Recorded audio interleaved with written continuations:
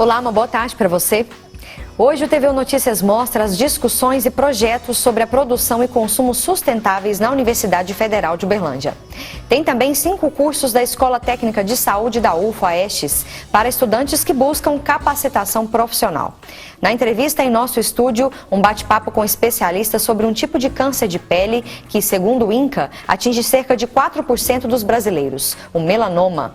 E ainda uma pesquisa do IBOPE que revela dados negativos sobre o hábito da leitura entre os brasileiros. Essas e outras informações agora no TVU Notícias.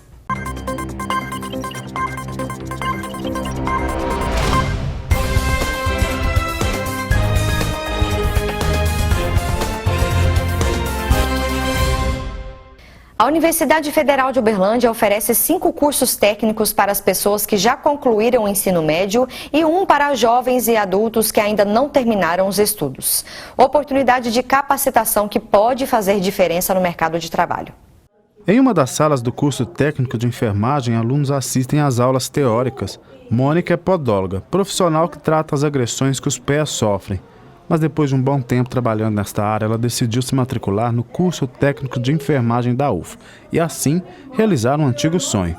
Hoje ela faz parte deste grupo. Surgiu a oportunidade, eu estou aqui, estou gostando do curso. É difícil? Tem dificuldade? Tem, mas a gente tem que ter o esforço da gente também, tem que ter dedicação. A estudante tem até planos de trabalhar fora. Tenho vontade de ir para a Itália, sim. Eu tenho vontade de ir para lá e, se Deus permitir, eu vou e quero exercer a profissão lá, na questão da humanização. Este local em que a gente está é o Laboratório de Técnicas Básicas do curso de enfermagem. Aqui os alunos têm contato primeiramente com manequins e depois, logo mais à frente, eles passam a ter contato com os pacientes no Hospital de Clínicas da UFO. A gente tem o primeiro treinamento com os alunos no laboratório para eles perderem o medo, a insegurança. E depois eles vão para a maternidade, para o centro obstétrico, onde eles praticam diretamente com os pacientes, com as gestantes, né, os tipos de cirurgias e junto com o professor. Então nós supervisionamos os alunos em campo. Este é apenas um dos cursos técnicos oferecidos na universidade. E o melhor, todos são de graça. Ofertamos 6 cursos técnicos, né? Sendo que desses 6 cursos, 5 deles são para quem concluiu já o ensino médio, sendo, né, análises clínicas, enfermagem, controle ambiental, prótese dentária e saúde bucal.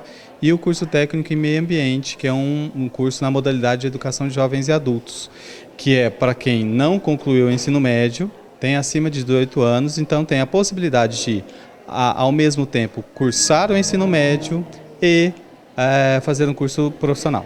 Normalmente as inscrições são abertas no último trimestre de cada ano. O ingresso se dá, né, por processo seletivo próprio, né, o aluno só paga a inscrição no processo seletivo e todo o curso no decorrer, né, dele é todo gratuito, não existe mensalidade.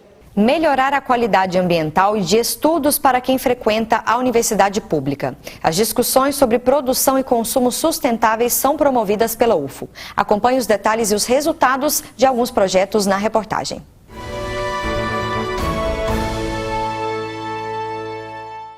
Estamos no Laboratório de Resíduos Químicos, que fica no bloco 5J do campus Santa Mônica da UFO.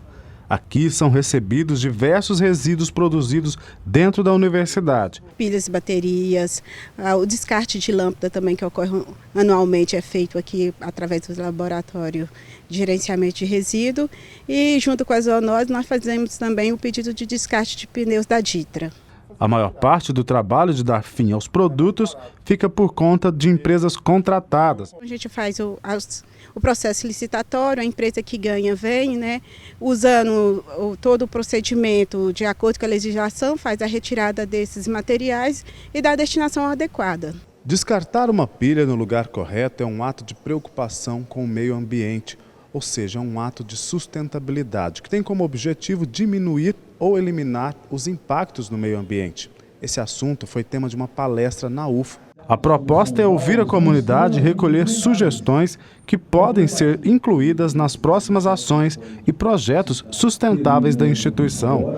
A discussão atende também uma orientação do Ministério do Meio Ambiente. Faz parte da diretoria de sustentabilidade sempre está enfocando a questão da economia, do uso sustentável dos recursos.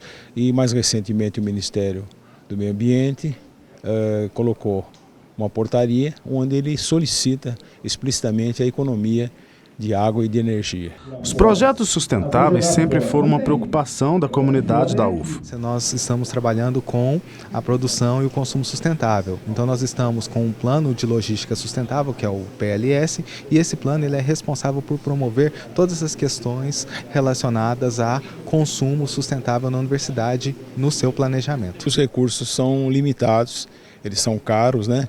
E toda vez que a gente não faz bom uso desse recurso, a gente está deixando de destinar verba para outras áreas também importantes. E agora o assunto é saúde. O autismo é um transtorno de desenvolvimento que compromete as habilidades de comunicação e interação social.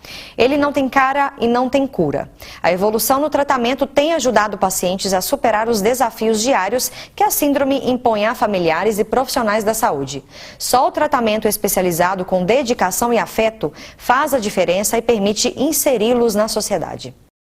Otávio e a família dele encontraram uma forma leve e divertida de explicar para todo mundo como o irmão Ítalo, que tem autismo, reage a situações cotidianas. Quando um autista vê ou escuta algo, ele passa o tempo todo isso com pensamento. Para ele tudo sempre está funcionando ao mesmo tempo. Cada autista com seu modo. Não devemos corrigir, nem te envergonhar. Juntos, eles ensinam que o autismo não é contagioso ou perigoso e que a informação é muito importante para enfrentar o preconceito e a discriminação. O autismo é o quadro mais grave atendido pela psiquiatria infantil e tem como característica principal o atraso no desenvolvimento. Os primeiros casos eram tratados como retardo mental, mas a partir da década de 1980, alguns especialistas aqui em Minas Gerais decidiram estudar melhor alguns pacientes e promoveram então mudanças e melhorias no diagnóstico e também nas abordagens clínicas. O psiquiatra infantil Walter Camargos foi precursor desta mudança em Minas Gerais. Ele criou uma clínica especializada em autismo e definiu novos patamares para o tratamento. Para se atender quadros muito graves ou para se trabalhar coisas muito complexas, precisa-se de muitos conhecimentos. Muitos, como se diz hoje, muitos saberes, muitos conhecimentos.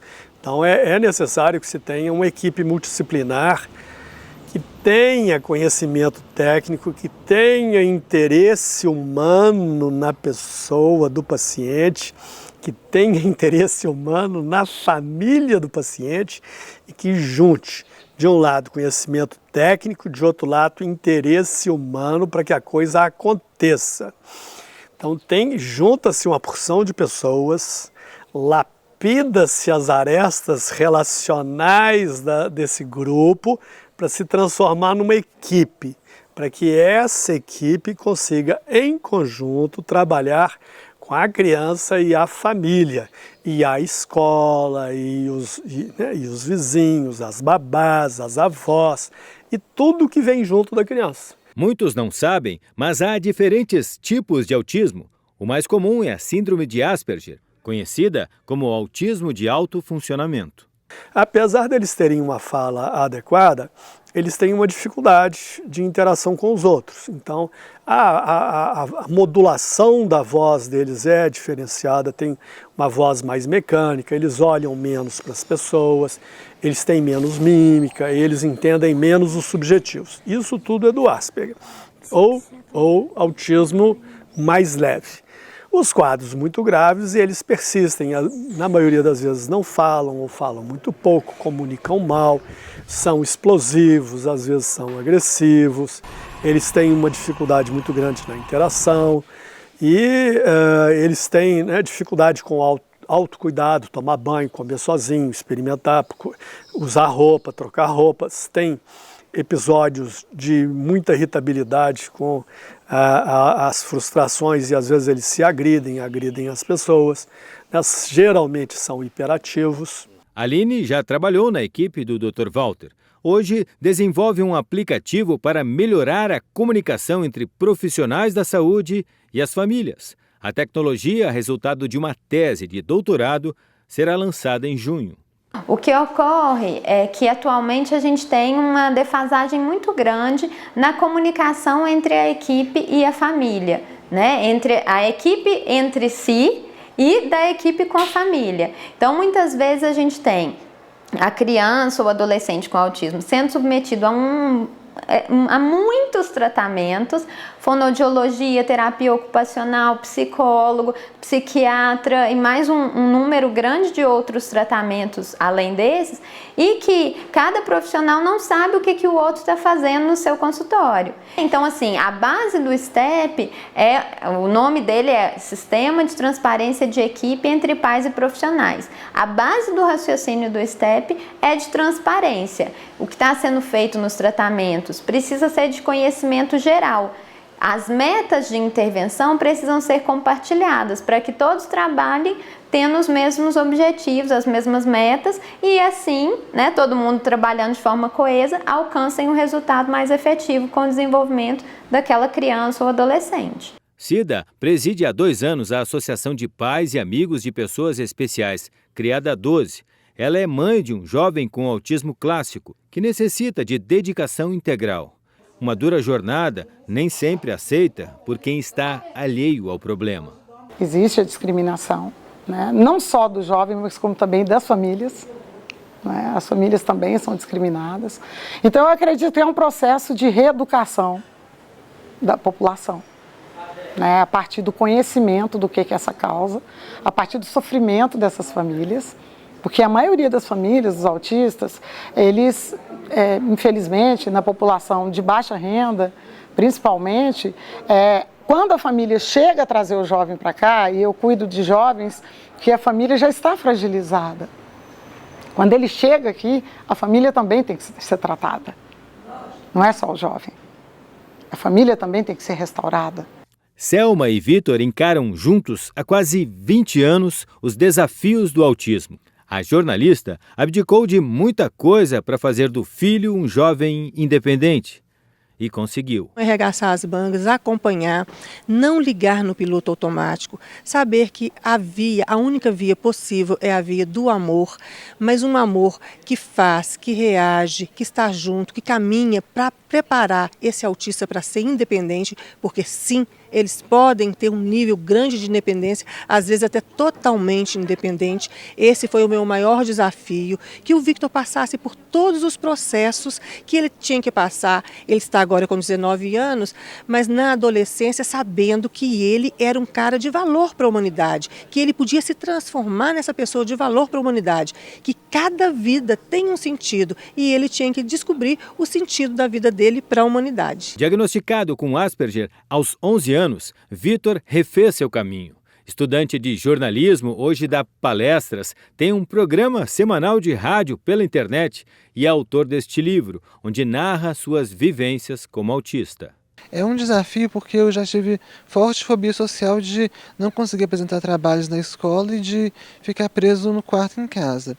Mas com as palestras eu descobri que eu não estou sozinho nesse mundo do autismo. Eu achava antes que eu era a única pessoa com autismo no mundo, e não é assim. Tem muitas pessoas buscando entender melhor para construir um mundo mais inclusivo. O TVU Notícias é para um rápido intervalo e volta já já, não saia daí.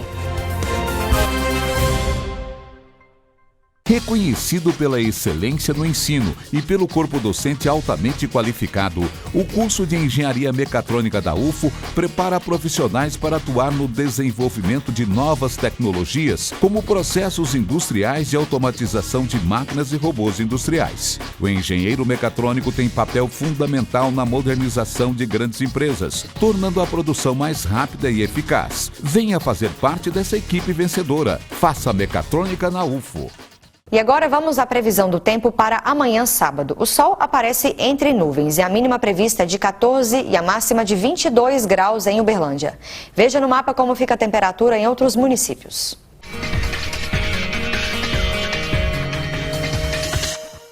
Em Estrela do Sul, a mínima prevista para amanhã é de 15 e a máxima pode chegar aos 24 graus. O dia vai ser de sol entre nuvens, mas não há previsão de chuva. Em Araxá, mínima de 13 e máxima de 21 graus neste sábado. O tempo deve ficar parcialmente nublado. Tempo nublado com pouca chance de chuva em Patrocínio, mínima de 14 e máxima de 22 graus. Em Pirajuba, a temperatura varia entre 17 e 25 graus amanhã e a previsão é de tempo encoberto sem chuva. Maio é o mês internacional de combate ao melanoma, um tipo de câncer de pele. A dermatologista a doutora Ana Cláudia Mendes do Nascimento está aqui comigo no estúdio para explicar melhor para a gente o que é o melanoma, né? Boa tarde, doutora Ana Cláudia. Boa tarde, Daniela. Obrigada, viu, pela presença aqui no TV Notícias. Obrigada a vocês pelo convite. Bom, é importante a gente começar com alguns dados que 5 ou mais queimaduras solares entre as idades de 15 a 20 anos aumentam muito o risco de desenvolver o melanoma. Isso confere? Na verdade, o melanoma, ele está relacionado, existem estudos hoje mostrando que ele está relacionado com a exposição intermitente ao sol. Então, aquela exposição dos pacientes brancos, caucasianos, que se expõem intermitente, de forma intermitente. Então, vai lá na praia, toma muito sol, se queima. Isso está relacionado com o maior risco de ter melanoma no futuro. De desenvolver, né? E falando em melanoma, é um tipo de câncer de pele agressivo? Explica pra gente, detalha para quem está assistindo. Isso, o melanoma, ele é um tipo de câncer de pele hoje que a gente considera um câncer bastante agressivo, de fácil metastatização. O que significa isso? Ele, conforme ele vai crescendo, ele dá metástase para as outras áreas do corpo com certa facilidade. Diferentemente da maioria dos outros tipos de câncer de pele, que costumam crescer localmente, que demoram, crescem muito lentamente. O melanoma não. O melanoma ele cresce mais rapidamente, ele tem maior chance de metastatizar. Por isso que é tão importante fazer um diagnóstico precoce. A prevenção, né? Exatamente. É mais comum em mulheres, homens, idosos, crianças ou não? Não, na verdade o que a gente nota é que é mais comum a partir da idade de adulto jovem, lá pelos 30 anos, que ele começa a aparecer. E ele aparece principalmente naquele paciente branco, naquele paciente que tem várias pintas pelo corpo, naquele paciente que já tem um histórico de melanoma na família. Esses são alguns fatores de risco para o paciente do melanoma. Fatores de risco, né? Mas Isso. A causa principal é a exposição intermitente ao sol, como você estava falando. Na verdade, hoje existem várias especulações sobre as principais causas. O que se sabe é que ele tem uma herança genética muito forte, então aquele paciente que tem um ou mais casos de melanoma na família precisa estar atento às suas pintas, precisa se avaliar sempre, porque existe uma chance maior do que na população geral de desenvolver o melanoma, e existe também essa correlação com a exposição aos raios ultravioleta, aos raios do sol, de forma intermitente. Isso também já é comprovado que existe. Então, uma vez retirado o melanoma, o risco dele voltar é grande, doutora Ana Cláudia? Isso depende muito. Depende do estágio em que ele foi excisado. Então, quando a gente fala, na verdade, de uma excisão, de um diagnóstico precoce, de um paciente que procurou ali no começo da lesão, quando percebeu que a lesão estava se modificando ou que apareceu uma lesão nova que ele não tinha, a chance da gente diagnosticar precocemente esse paciente é muito grande. Então, a chance dele ser curado é muito alta, é maior que 90%. Quando a gente tira bem no começo, quando a gente tira, a gente chama quando ele está in situ, ele está ali localizado. Agora, se for uma lesão maior, uma lesão que já tem uma certa profundidade, já tem são alguns critérios que a gente avalia após a excisão para poder falar isso melhor, mas quando esse câncer já se encontra num estágio mais avançado, aí a chance de metastatizar ou de reaparecer no local é grande. E o filtro solar, então, resolve boa parte desse problema? O filtro solar para o melanoma, ele ajuda bastante no sentido que ele previne as queimaduras solares, mas nem sempre aquele paciente que usa o filtro solar certinho está totalmente livre do risco de ter melanoma. Por isso que é tão importante a gente conscientizar a população, porque se eu tenho uma pinta que é ali bonitinha, redondinha, de uma cor só, e ela começa a se modificar, mesmo que eu use protetor, mesmo que eu não tenha tido queimaduras solares, eu preciso me policiar, eu preciso procurar um dermatologista, porque aquilo pode ser sim um melanoma, mesmo que a gente use protetor solar e que a gente não se exponha ao sol. É claro que o uso do protetor solar, ele vai diminuir essa relação, tanto surgimento de melanoma, quanto o surgimento dos outros cânceres de pele também. Mas mesmo o paciente que não se expõe ao sol, ele não está isento do risco de apresentar um melanoma. Falando ainda do protetor solar, qual que é a idade indicada para começar a usar? A Sociedade Brasileira de Dermatologia, ela recomenda que a partir dos 6 meses de vida, a gente já comece a usar protetor solar nas crianças. É claro que tem os protetores específicos para essa idade, e aí existem várias marcas que a pessoa pode procurar na farmácia, enfim, que tem vários protetores específicos para crianças e para bebês, tá? E antes dos 6 meses, proteger sempre a criança com bonés, com roupinhas, não deixar ela exposta o dia todo ao sol, porque isso é prejudicial, a pele é muito imatura ainda. É claro que existem casos que o próprio pediatra recomenda que a criança tome sol, isso são outros casos, são casos específicos, mas de um modo geral não é bom deixar a criança o dia todo no sol sem proteção, isso de jeito nenhum. E fazer o check-up sempre, né? A gente fala que prevenir sempre é melhor, mais econômico e menos doloroso, né, doutora Ana Cláudia? Isso, com certeza. Eu sempre recomendo aos pacientes o seguinte, você tem uma pinta ali que é bonitinha, que é redondinha, pretinha, e ela começou a se modificar, tá coçando, sangrou, apareceu alguma pinta nova que você não tinha, isso principalmente depois dos 30 anos, que não é mais tão comum aparecer pintas novas, precisa procurar um dermatologista. E aquele paciente que é branquinho, que tem múltiplos névoos, o que é isso? São várias pintas, mais de 30, 50 pintas no corpo, precisa também procurar um dermatologista anualmente para poder avaliar todas as pintas.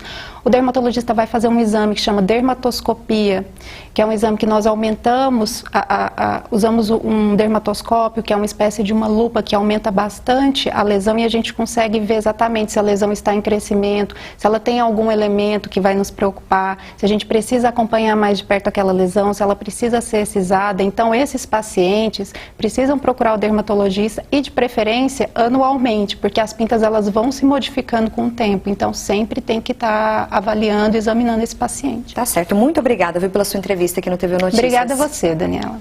E a gente vai para um rápido intervalo e volta em instantes. Não sai daí. Zika 0. O mosquito não é mais forte que o país inteiro. Tudo que acumula água é foco de mosquito. Então se liga na dica. Mantenha os tonéis e barris de água sempre tampados. Espalhe essa informação para sua família, colegas e para a comunidade do seu bairro. Contamos com a sua ajuda no combate ao Aedes aegypti e a todas as suas terríveis consequências. Zika 0. Denuncie os focos do mosquito no 136. Realização: Governo Federal, Ministério da Educação e Universidade Federal de Uberlândia. Apoio Cultural, Rádio e TV Universitária.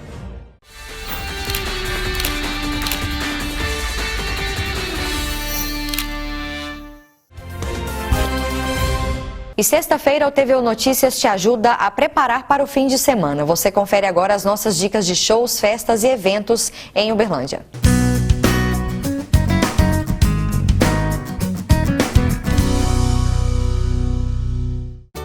Hoje começa a 24ª edição da Festa Junina do Moarama, cardápio diversificado e atrações musicais a partir das 7 da noite na Praça do Bairro. Fica a dica. Você que ainda não conferiu as exposições A Nômade, Em Transformação e Vanitas Minerales, ainda tem tempo. As mostras ficam em cartaz até o dia 4 de junho e você pode visitar hoje até às 9h30 da noite. Não paga nada para entrar. E a gente dá outra dica, mas agora de festival. Anota aí as inscrições para o 46º Festival Nacional da Canção. O site do FENAC é o www.festivalnacionaldacanção.com.br. E para quem gosta de teatro de rua, se liga nessa dica. No sábado tem a 3ª edição da Oficina Permanente de Teatro de Rua. Qualquer pessoa interessada pode participar. É a partir das 2 da tarde, na Avenida Belarmino Cota Pacheco, número 654, no bairro Santa Mônica. Sábado com música, João Bosco faz um show de jazz às 8h30 da noite no Teatro Municipal de Uberlândia. Mais informações pelo telefone 3224-1674. Domingo é o último dia para conferir a Mostra Nacional e Internacional Arte em Foco, na Praça Central do Uberlândia Shopping. Informações pelo telefone 4003-7860. Outra dica de exposição para domingo é Formas, Cores e Texturas, de Ricardo Roberto da Silva, que fica em cartaz até o dia 31 de maio, no Via Centro Shopping. Conhecimento, imaginação, concentração, desenvolvimento pessoal, melhora da fala e da escrita. Bom, os benefícios da leitura são inúmeros. Apesar de tantas vantagens, uma pesquisa recente do Ibope, encomendada pelo Instituto ProLivro, aponta que 44% dos brasileiros não lê e 30% da população nunca comprou um livro. O brasileiro deixa a desejar quando o assunto é leitura. Vamos conferir se essa é também uma realidade da população de Uberlândia. Um folheando aqui, outro ali, mas o número de adeptos à leitura no Brasil ainda está longe de ser o ideal. Pelo menos é o que diz uma pesquisa divulgada na última semana. Em 2011, uma pesquisa informava que metade da população, ou seja, 50%, era considerada como leitora. Na pesquisa de agora, o número é de 56%. Apesar da pequena melhora, a pesquisa apontou que os brasileiros leem, em média, menos de 5 livros por ano. Um número que, para muitos, precisa melhorar. A pesquisa foi feita pelo Instituto Ibope e encomendada pelo Instituto ProLivro, entidade mantida pelo Sindicato Nacional dos Editores de Livros, pela Câmara Brasileira do Livro e pela Associação Brasileira de Editores de Livros Escolares. Foram ouvidas ao todo 5.012 pessoas, que por amostragem representam 93% da população. Foi considerado leitor, durante a coleta dos dados, quem leu pelo menos um livro nos últimos 3 meses, seja ele inteiro ou em partes. Entre as mulheres, 59% são leitoras, já entre os homens, 52%. A consulta revelou ainda que 67% da população não teve alguém que incentivasse a leitura. Bruna é estudante, tomou gosto pela leitura. Nós a encontramos em uma feira de livros. Com 9 sobrinhos, ela tenta incentivar o bom hábito. Eles têm idade de 5, 8, 3, 2 e 1 ano. E eu acho muito interessante motivar a leitura, por mais que seja somente com imagens, mas é para estar estimulando a criança a gostar de ler e buscar a leitura diária. Encontramos também Dona Fátima na feira de livros, mas ela diz que quase não tem o hábito da leitura. Eu leio muito raramente. Sou mais de pegar folhear, para ficar folheando as gravuras, observar. Ler mais histórias de Bíblia, de religiosas, essas coisas que eu gosto de ler muito. Revista, mas é só para passar o tempo mesmo. Não tenho muita paciência para leitura assim não, diária não. Segundo dos responsáveis pela feira de livro, que acontece em um shopping da cidade, o número de vendas é bom, mas podia ser melhor. O livro em si, ele precisa de um pouco mais de incentivo das empresas, do governo também, em questão ao preço.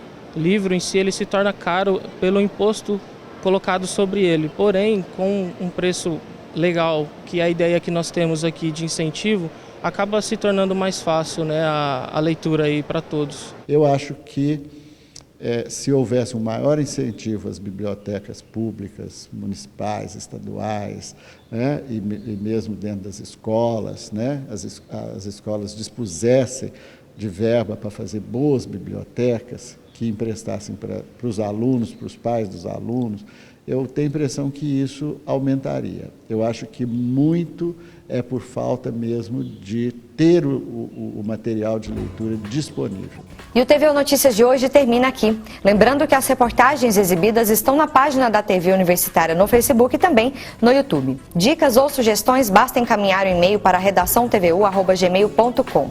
Uma boa tarde para você, um ótimo fim de semana e até segunda-feira.